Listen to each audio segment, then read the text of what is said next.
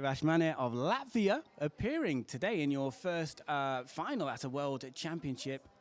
First of all, how was that experience for you? Oh, something so new. I was so happy. Happy to be in the final, and I imagine even happier now because you have secured an Olympic quota place for Latvia. Oh, I start be happy in this morning when I finish my event and then win the quarter place. It's wow. Now my teammates must work harder. Yeah, well, hopefully you've inspired them to work harder. You've done your bit, but of course the hard work continues. Congratulations again, Agate, for your quota place and for joining us. Thank you very much. So that's Agate Rashmane of Latvia, who has secured a quota place for Paris 2024 from the 25-meter pistol event here in Baku.